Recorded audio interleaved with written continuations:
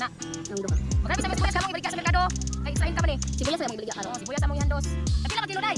Depende din sa merkado. Kay kawat nila. Di man yang mo ang kwanron, meron pa ning handisa bro. May pag-ibalik dako pa sa kudlo. Di man ni pamisan day.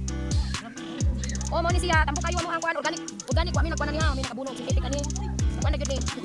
Bali, natay. Mga dagami abirme. Pag among gitkuan ni abuno vermicast.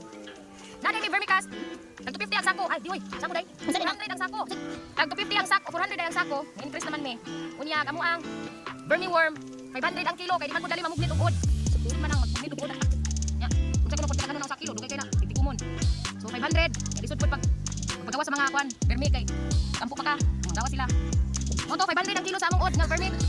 Dukan ni kagud. Yes, naman mi vermiworm production. Kay uban diyang mga tuy baligya ay. Mo ni. Nagpat sa mi ani kay amo ni baligya sa merkado. Nana din siya buyer. Yes, ana dili na pwede magkuan. So no minors for now. Hindi mag-line ron kay. Kaning ikatang amo ang ano no, video kay. Ano mag-line. Mag-bell si ma'am. Ay, Sige, mara to.